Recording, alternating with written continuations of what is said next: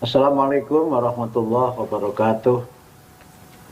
Selamat siang, salam sejahtera untuk kita semua. Yang terhormat Kepala BSKAP, Kementerian Pendidikan Dasar dan Menengah, Profesor Tony Toharudin, dan seluruh jajaran di BSKAP, para narasumber, dan seluruh peserta webinar yang berbahagia.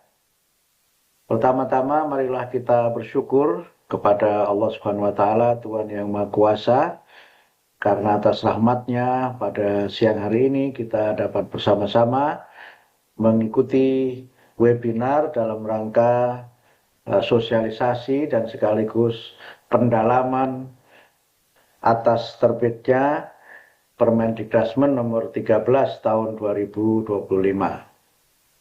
Saya menyampaikan apresiasi dan terima kasih kepada Bapak-Bapak dan Ibu-Ibu sekalian, para peserta webinar yang sudah meluangkan waktu untuk mengikuti acara ini. Mudah-mudahan kita semua memiliki pemahaman yang sama, memiliki pemahaman yang mendalam, dan juga kesiapan untuk mengimplementasikan permen ini sehingga menjadi bagian tak terpisahkan dari upaya kita untuk meningkatkan kualitas pendidikan di tanah air kita. Saya mohon maaf tidak dapat hadir dari awal, jadi kalau tadi sudah dimulai oleh Pak Kepala Beskap, ini berarti pembukaan yang tertunda atau pembukaan yang kodo begitu, yang tertunda. Tapi tidak mengurangi semangat kita untuk bersama-sama meningkatkan wawasan kita dan pengetahuan kita tentang berbagai regulasi yang diterbitkan oleh Kementerian Pendidikan Dasar dan Menengah. Saya ingin menegaskan 3 hal yang mudah-mudahan bisa menjadi penguatan dari apa sudah disampaikan oleh Profesor Tony Toharudin tadi.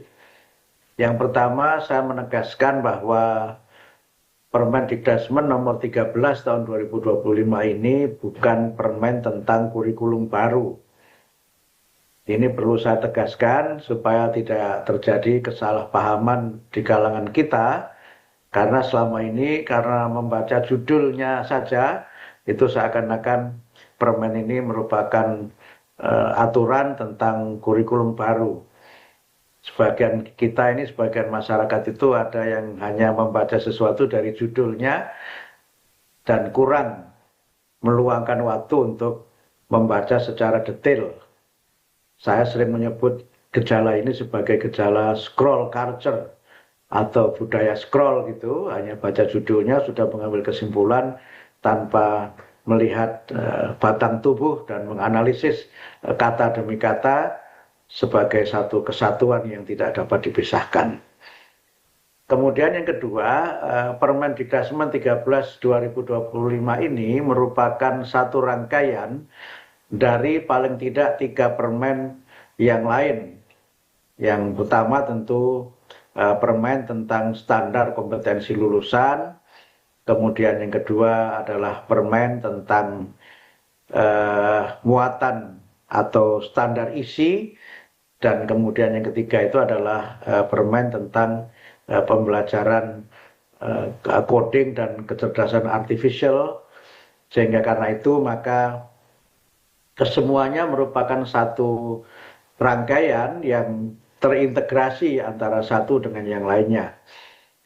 Kami tentu saja menegaskan bahwa penerapan pembelajaran mendalam sebagaimana diatur dalam Permendikbud nomor 13 2025 ini meniscayakan adanya perubahan dari sisi muatan dalam masing-masing mata pelajaran. Karakteristik dari pembelajaran mendalam itu adalah pembelajaran yang dia sempit tetapi mendalam begitu, atau istilah lain yang dipakai di negara tetangga kita Singapura itu adalah less but more gitu. Atau saya sempat membaca sebuah artikel itu judulnya When Less is More. Ketika sesuatu itu sedikit, kita itu bisa menggali lebih banyak lagi. Karena pendekatan yang ditekankan adalah pendekatan yang integratif, di mana satu pokok bahasan itu bisa dikaitkan dengan berbagai tema yang sejalan dan mungkin juga lintas mata pelajaran. Sehingga karena itu dalam beberapa hal, pembelajaran dengan pendekatan mendalam ini bisa saja terintegrasi atau memiliki irisan dengan model kurikulum K13, bisa juga dalam beberapa hal menyangkut pendekatan yang mendalam itu juga ada beberapa irisannya dengan kurikulum Merdeka, yang dua-duanya masih bisa dipakai untuk sistem yang ada sekarang ini. Nah, yang ketiga, yang terakhir, saya ingin menekankan bahwa pembelajaran mendalam ini adalah satu pendekatan yang tidak hanya berdasarkan apa yang sekarang disebut dengan written kurikulum. Artinya kurikulum yang berbasis pada apa yang tertulis di dalam kurikulum itu sendiri dan juga serangkaian mata pelajaran yang diajarkan di satuan pendidikan. Satu hal yang menjadi penekanan dalam pembelajaran mendalam itu adalah hidden kurikulum, di mana kita selain ada written kurikulum juga ada hidden kurikulum yang menekankan pada pemberian pengalaman kepada murid sehingga mereka memiliki pengalaman, memiliki sikap dan pandangan yang dibentuk dari berbagai pengalaman yang ada di sekolah. Hidden kurikulum itu dalam beberapa hal memiliki irisan dengan experiential learning, pembelajaran yang di situ memberikan ruang kepada murid untuk bisa mendapatkan berbagai pengalaman di lingkungan pendidikan, baik dari mereka berinteraksi dengan sesama murid, interaksi dengan guru, interaksi antara semua insan pendidikan di suatu satuan pendidikan, dan juga pengalaman-pengalaman yang diperoleh dari berbagai kegiatan yang tadi Pak Tony menyampaikan, misalnya kegiatan kepanduan, pengembangan bakat minat, dan yang lain-lainnya itu. Karena itu maka upaya untuk menciptakan lingkungan pembelajaran yang kondusif, yang memungkinkan anak untuk memiliki rasa ingin tahu yang tinggi, kemudian bagaimana agar para murid itu juga memiliki kesempatan untuk mereka mengembangkan pemikiran tingkat tinggi, melakukan kontekstualisasi apa yang mereka pelajari, dan kemudian menciptakan suasana pembelajaran di mana semua murid itu mendapatkan perhatian dari gurunya, itu juga menjadi bagian-bagian yang tidak dapat dipisahkan dari pelaksanaan pembelajaran berdasarkan pendekatan mendalam itu. Sehingga karena itu maka dengan prinsip mindful itu tidak sekedar kita memberikan pembelajaran yang reflektif, yang mendorong berpikir tingkat tinggi, mendorong nalar kritis, juga mendorong kemampuan dalam memecahkan masalah, dan berbagai hal lain yang melekat dalam pembelajaran reflektif, atau sering disebut dengan metacognitive learning, atau ada yang menyebutnya dengan executive learning itu, tetapi juga satu prinsip di mana semua murid itu mendapatkan perhatian dan mendapatkan apresiasi atas keterlibatan mereka dalam proses pembelajaran yang berlangsung.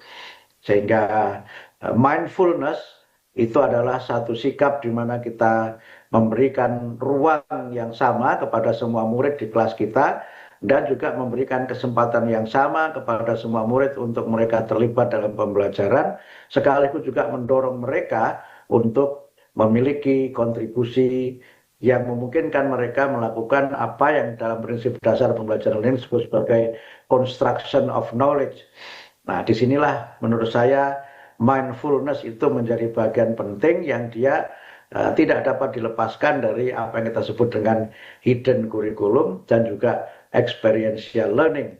sehingga semua pengalaman yang mereka miliki dalam lingkungan keluarga, kehidupan pribadi mereka, pengalaman dalam kehidupan di masyarakat mereka, dan juga apa yang menjadi persepsi mereka terhadap sesuatu, itu juga mendapatkan ruang di dalam semua proses pembelajaran itu. Sehingga karena itu maka mindfulness sekali lagi itu tidak hanya berkait dengan bagaimana kita mendorong pembelajaran yang reflektif, tetapi juga pembelajaran yang mungkin ini istilah ini belum sepenuhnya tepat, mungkin pembelajaran yang apresiatif dan partisipatif.